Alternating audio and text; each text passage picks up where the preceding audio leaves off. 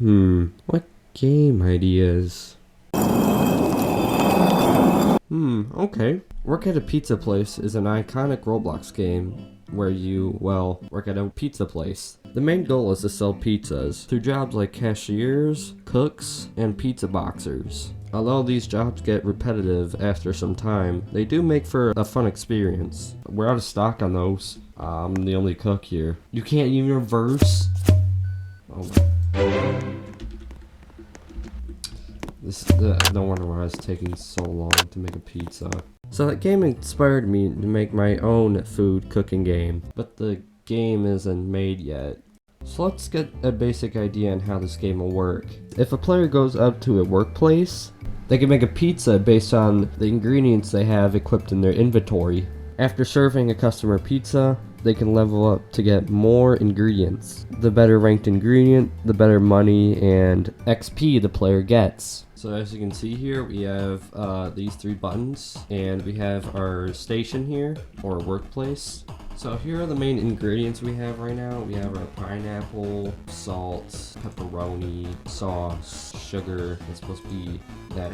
We got cheese, and then we got mushroom. Now those are placeholders right now. That won't actually be the final. So what I'm actually going to do is put these in the replicate storage and put these in the ingredient types. This will contain all the ingredients and it'll show it up in the inventory, but I don't have the inventory right now. So now after making the inventory, I did make some changes to the ingredient system. So as you can see, I added this script in script service, which is adding ingredients and ingredients as a module script. The module script, it contains information for each ingredient, so like the name of it, the mesh ID if it has one, the size, the color, and the material. So here's all of these. So after you click run here, you'll see we have a big pineapple. I'm gonna make my own meshes, but for now these are just placeholders. So as you can see, we have our sugar, sauce, salt, pepperoni, and actually good outcome being the cheese.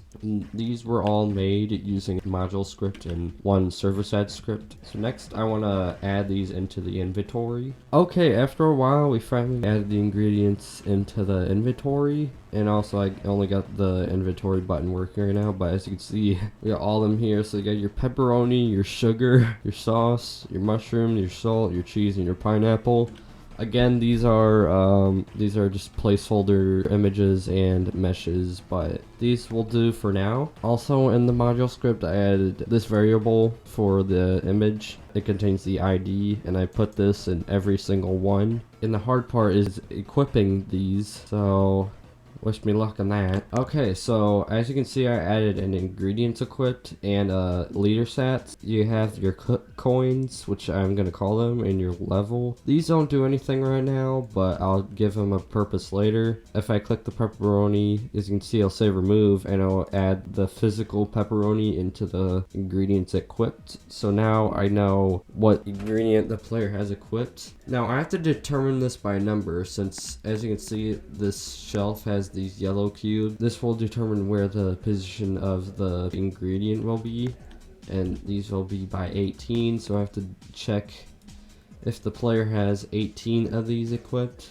and yep, a bit more things, mainly adding more than one workstation and giving people their own independent workstation. So as you can see here, I have the 2 players, and they're setted by random areas. I should probably make the workstation and then the player's name, but we have the player's name up here, and they have a value in which they occupy, which here is number 3, since it's in the 3rd area here. This will check if there's another workstation occupying it, and if there is, it'll return it, and it'll find another spot that isn't occupied. So here's the code. We have the UI of the player name, which is the tag that's above the workstation. This will select a random area. This is the selected position it'll get. The occupying value, if the area is being occupied, then we return the selected selected station position,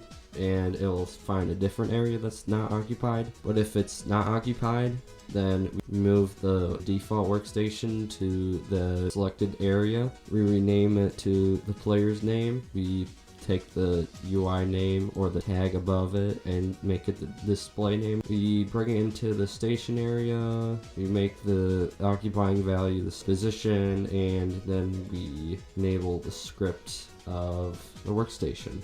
Alright, it's been a few days, but we have some features done. So as you can see, we have the change team function. So you can see we have all these different teams. I replaced inventory with shop, which contains your ingredients and vehicles. We don't have any vehicles right now. Ingredients, well, contains all your ingredients again. But we also have the owned and the back button. The own only shows the ingredients that you have bought. And the same with the vehicles. And you also have a change in team system.